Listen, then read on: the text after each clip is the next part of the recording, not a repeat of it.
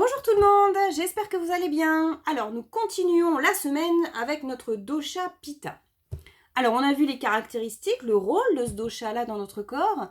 On a vu les caractéristiques physiques hier aussi. Aujourd'hui nous allons voir ce qui se passe si votre dosha Pitta est en déséquilibre.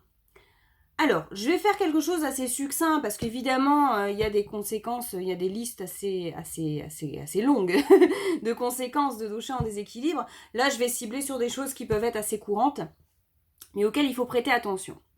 On a vu que le dosha Pitta, c'était le feu. D'accord ? I'm on fire. Donc forcément, si vous êtes trop on fire, c'est que ça va pas. Je sais, j'ai un superbe accent anglais.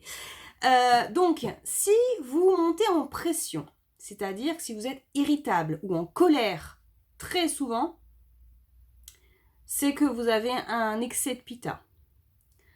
Si vous avez aussi, parce que là on est sur du comportement, mais ça peut être sur du physiologique aussi, si vous avez souvent des brûlures d'estomac, des remontées acides, c'est pareil. C'est qu'il y a trop de feu en vous, ça brûle, donc il y a trop de feu. Donc il y a trop de Pitta. Donc il va falloir trouver des systèmes pour calmer ça. Ça peut être aussi sur la peau. Si vous avez régulièrement des sensations de brûlure, si vous avez des problèmes de peau, des démangeaisons, de l'eczéma, du psoriasis, ça, c'est un déséquilibre Pitta. On a surchauffé, donc la peau réagit. D'accord ?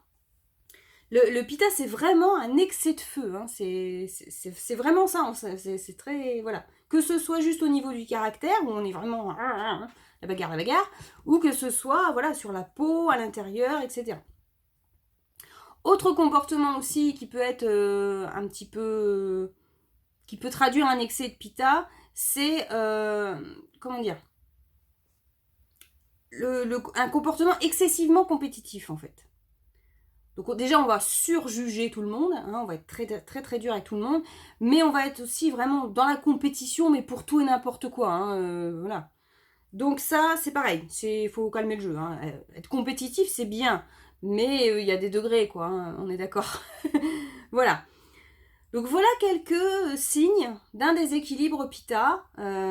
Si vous avez un de ces signes-là, il faut quand même y prêter attention, il faut quand même essayer de l'apaiser. Donc ça, en consultation, bien sûr, on trouve des solutions pour ça, il n'y a pas de problème, évidemment. Il y en a d'autres, hein, des signes, mais bon, la liste serait un petit peu trop longue. Donc j'ai fait des choix sur des choses qui arrivent assez couramment au quotidien. Donc voilà, j'espère que ça vous intéresse. Si vous avez bien sûr des questions, vous pouvez me contacter, que ce soit en message privé ou que ce soit en commentaire, je me ferai un plaisir de répondre. Si vous souhaitez partager, faites-le, il n'y a pas de souci. Et puis je vous souhaite une excellente journée. À bientôt!